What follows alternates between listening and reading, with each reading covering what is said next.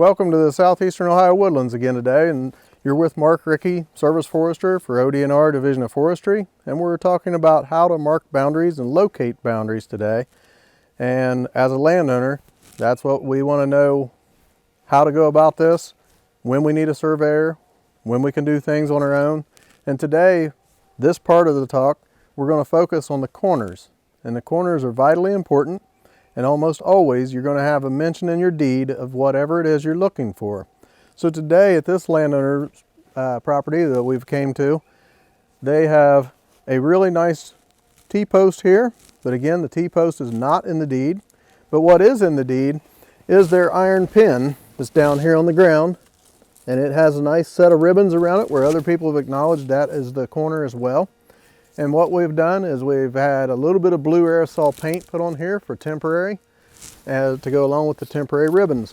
And I generally go with the universal marking system for boundaries that we always do in Ohio Forest Tax Law as well. 3 indicates a corner.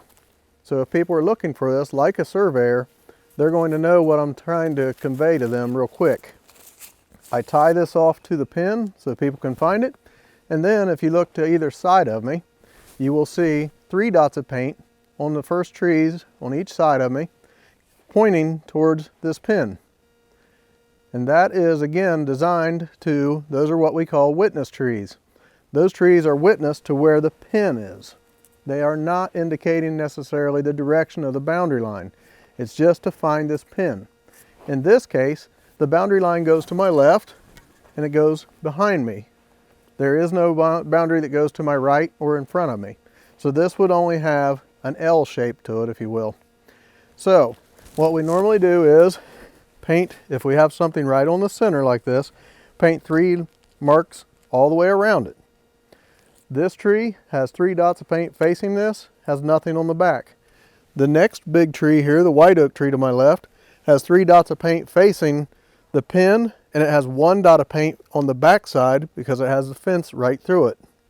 So that is a line tree. And we'll talk more about line trees here in a little bit later in the videos. So this turns and goes down behind me, and you probably can see the pink ribbon behind me. So that is where our line shoots out down there. And this is all designed to highlight the corner pins.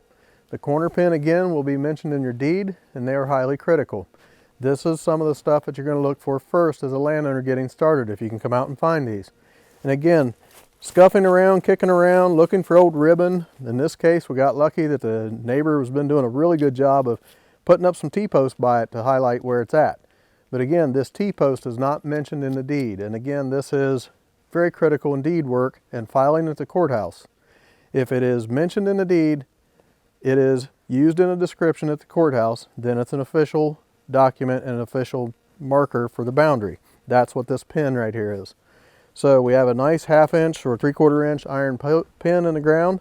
That's what we were looking for. Here we are at this site. So this tells us it's time to make our left hand turn here, and you'll be able to see this on our map.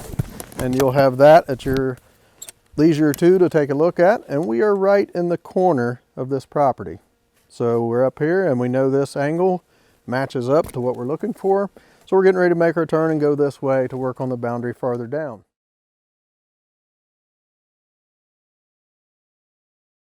We are working on our boundaries a little bit, locating the lines for our private properties, and we're looking for the evidence out of our deeds. And today we are fortunate that when we look at the map on this property that we have came to, that we have some extra boundary pins, survey pins to be exact, within our long line.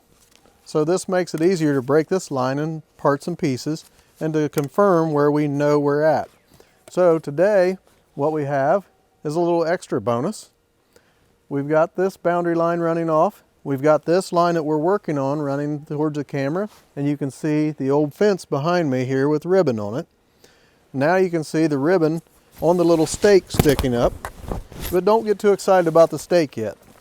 The stake is not mentioned in the deed, nor is the beer can. The beer can is a little extra, I think, from the locals, but still always helpful to help us find the right thing. The right thing is this survey cap right here, this survey pin. And we've tied some ribbon to it again to highlight it and draw the attention to the cap. The cap has the surveyor's name and a number on it. Very important if we need to cross-reference that. And it's easily cross-referenced with that as well. And this boundary changes over here on the property beside us. It is within our straight line. So it really doesn't mean a change of boundary direction for the one we're running. It means a change of ownership beside us. So in reality, what I like to do is put a post or something here, a T-post or something beside it, and go ahead and paint it and put 9 spots of paint on it. 3 for where our line comes in, 3 for where their line goes out, and 3 more for where our line goes out this way. So that indicate a T shape, so to speak. So what we've also done for temporary is we have taken aerosol blue paint, and we would encourage you to use a gallon can of paint with brush to do your actual boundaries. So what we did here is we did 3 dots of paint facing this pin. So we made this tree a witness tree again. Same thing to the tree to my left. The big hickory tree is clearly off the boundary. But I put 3 dots of paint on it because I'm trying to point out to everyone where this thing is at. This is the critical part.